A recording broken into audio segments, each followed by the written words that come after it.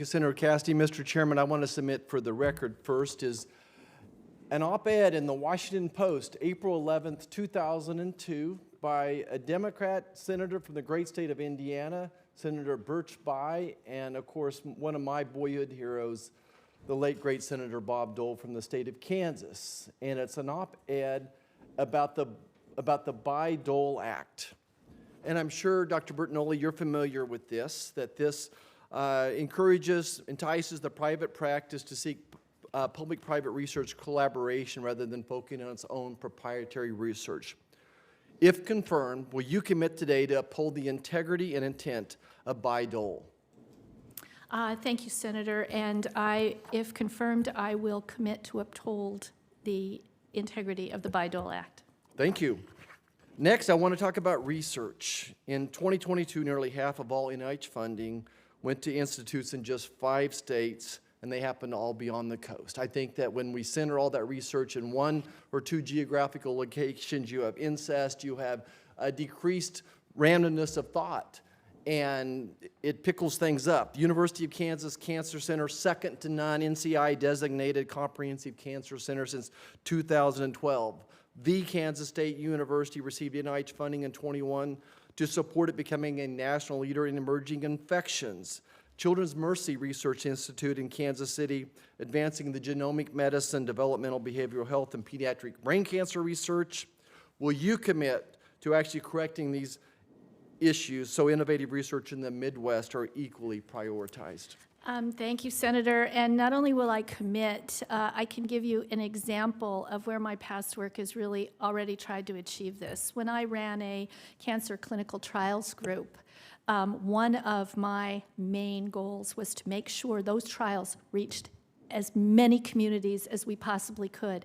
And we partnered with a wonderful physician practice in Laredo, Texas, serving the border community, a wonderful physician who served the Ogallala Sioux community at Pine Ridge Indian Reservation, and a wonderful oncologist in my own hometown of Rock Springs, Wyoming. So I agree with you completely. NIH research has to reach everywhere, and there are many, many centers of great excellence that we should have the ability to engage. Okay, well, my next question is a lot tougher one. And Dr. Bertagnolli, you and I both protect a very honored profession.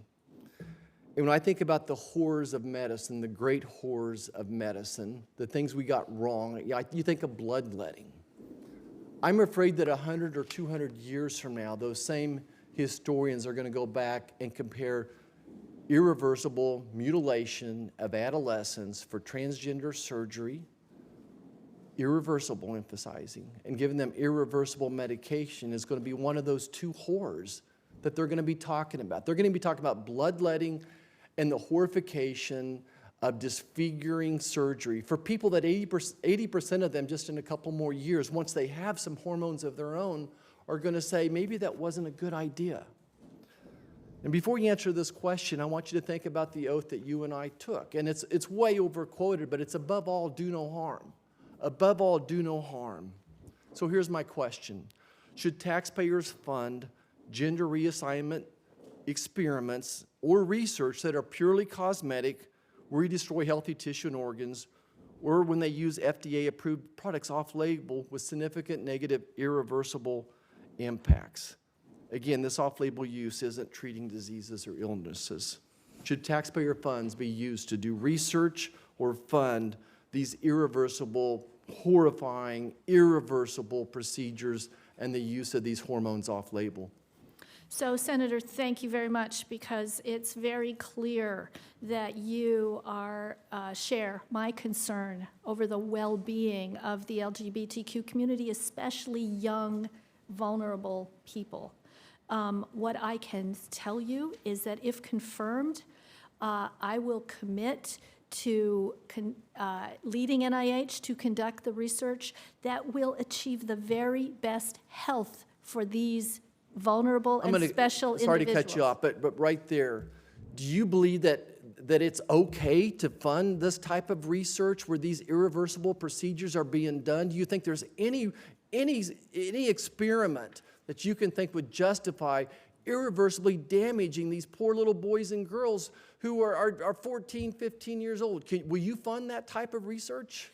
Any research that we do, Senator, with regard to human subjects has to be done in a way that does no harm and produces the maximum benefit to the people that are participating in the research.